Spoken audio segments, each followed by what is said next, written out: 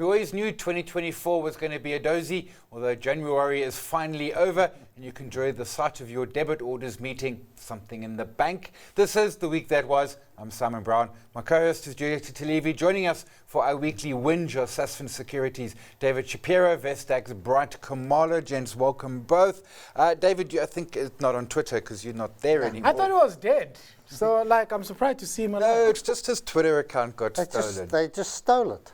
Like that. You clicked. You're always telling people not to click, but you clicked. No, I didn't click. They just stole it. Wow. Yeah. Anyway. I clicked to try David to get was it back. practically cancelled before the year had even begun. I woke up on the 31st of December and I tried to get into my Twitter account. It was gone.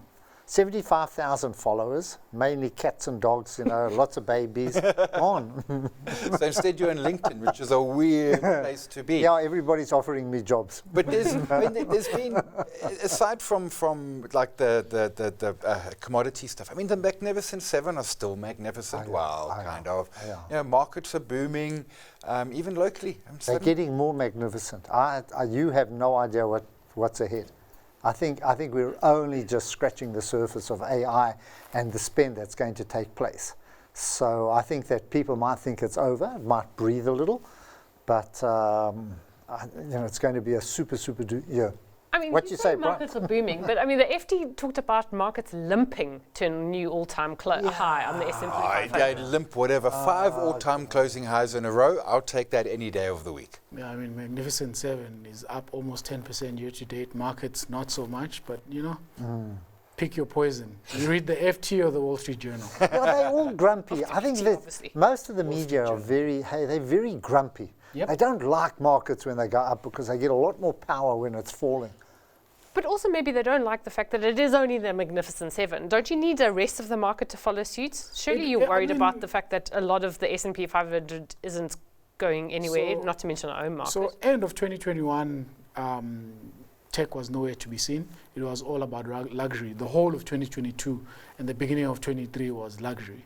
So luxury stopped being, the biggest thing in town, last year, Feb, and, tech sort of took over.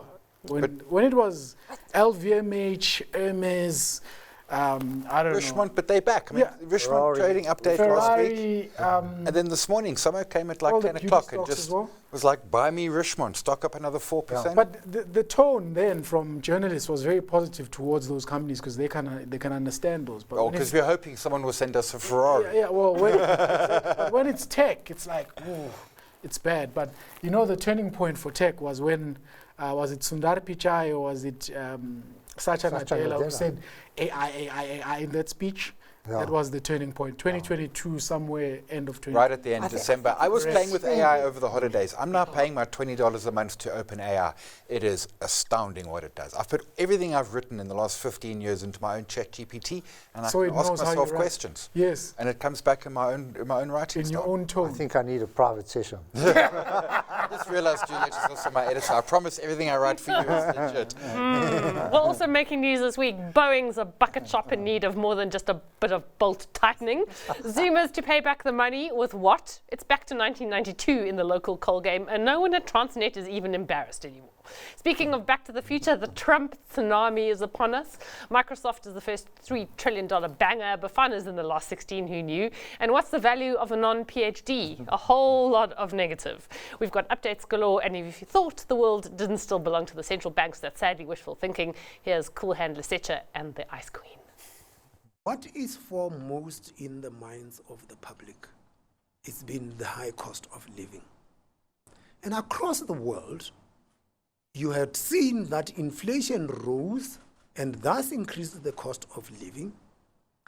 And in a survey that was run by one of the major global survey companies, which also covered South Africa, by the way, found a public that is highly intolerant of the high cost of living and of inflation. The consensus around the table of the Governing Council was that it was premature to discuss rate cuts. And in addition to that, I typically stand by my comments. So the comments I made to your television channel, Bloomberg, I certainly stand by them.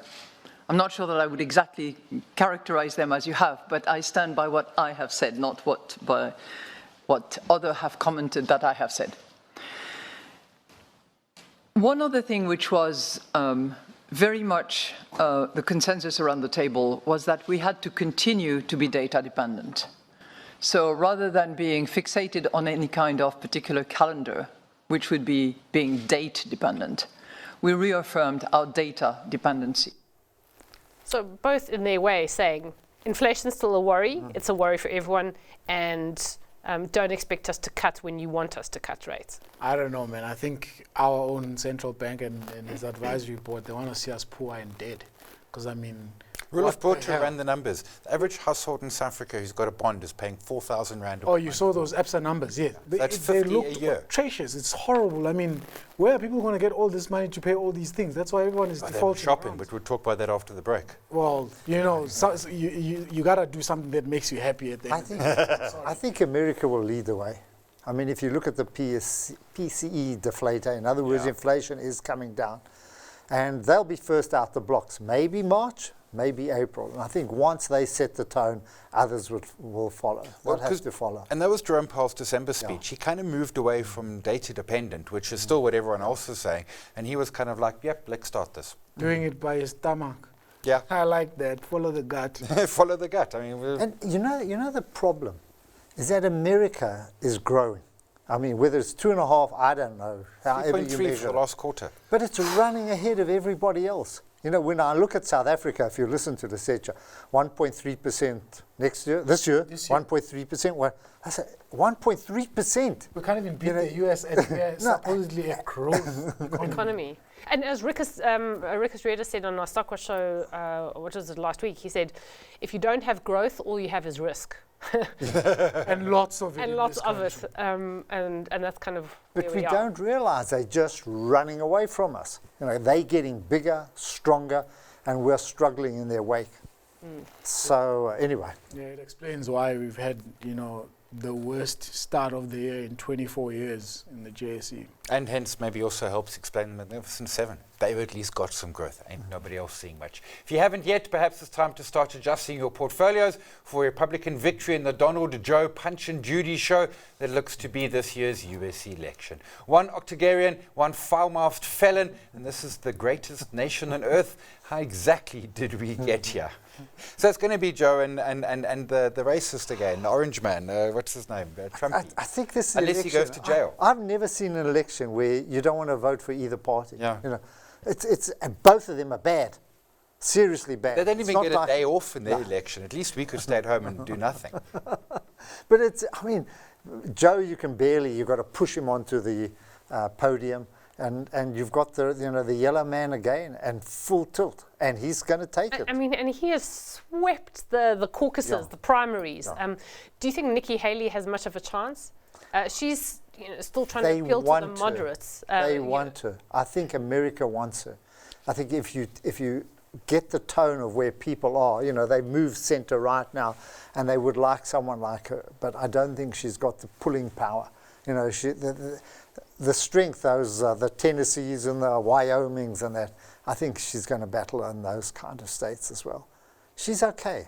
She is okay, but I mean, I was reading the FT again, and they suggested that once you start falling that much behind, then your donors start clamming up, and they because they're not going to. It's brutal, and they're not going to bet on you if Trump if threatened it's her money donors. wasted. It's the same as betting in horses, right? So it's the same thing here. The only difference, this horse has 2 legs.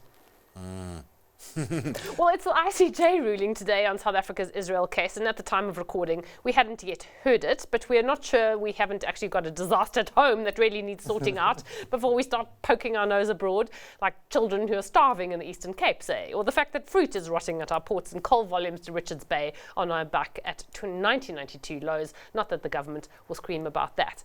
I realise that I'm making a fairly whataboutism point about South Africa's case at the International Court of Justice about Israel, but you'd think we'd do a little bit of soul searching in our own backyard before we start bleating about other people's problems. I think this is going to do South Africa a lot of damage in the long run.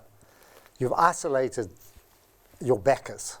you know, and they're angry. I mean, they really, to send a letter of disgust. Now, I say this from a business point of view, not taking any kind of emotional decision or anything like that. So if you think, you know, America they know their enemies. When I was there now, all they said to me in the taxi drivers, oh, you back Russia. Oh, you friends of Russia, you know. No, how's Mandela or anything like that, or what's it like there? And I think the big problem is that when we need, this is a country that needs money. And friends. And friends. And if you think we're going to go to JP Morgan and raise money or have Goldman Sachs take us around, not going to happen. Hey, we can't even get coal to the harbour. I mean, we did that better in the 90s. I don't know if I want my friends to be bombing people, though. Absolutely. Exactly. But the point is, there's a bit of real politics that you've got to play. I just think, though, this is a campaigning tactic for these guys. I mean, they want to win, and they're searching in the wrong direction instead of fixing, like, real problems that we have. So, I don't know. Yes. There's no capacity or ability to fix our ports. Exactly. So then they look for, you know, the low-hanging fruit and, you know, to be on the headlines, and I hate that. And before the break, if there's one company having a really crackerjack start to the year, it's Airbus, because Boeing's in deep trouble over its faulty MAX 737. The Federal Aviation Administration has now frozen increases in production of the single-aisle MAX due to the issues, which is really not creating any love among airline executives who only now have two options in the travel-hungry world. Well, they have two, but they're not taking one of them.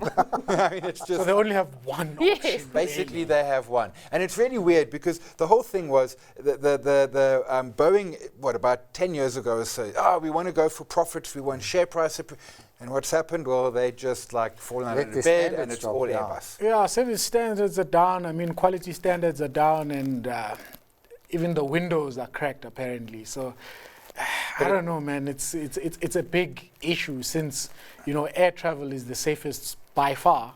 And once you start having these issues, it sets a new precedent that you don't want. And it turns out there's lazy But it's on the socialists MAX. still- It's, you know, if you travel on the Dreamliner or any of the others, the Are you old sure, 77 though? That's the thing. Have You you say checked it's on all the the MAX, bolts? but are you on sure? the 777s, All on of the Dreamliners. All of the Dreamliners, have you gone behind and checked every screw and bolt? Fortunately, in South Africa, it's mostly Airbus. No, they talk about a wing and a prayer, and I'm sticking with that strategy.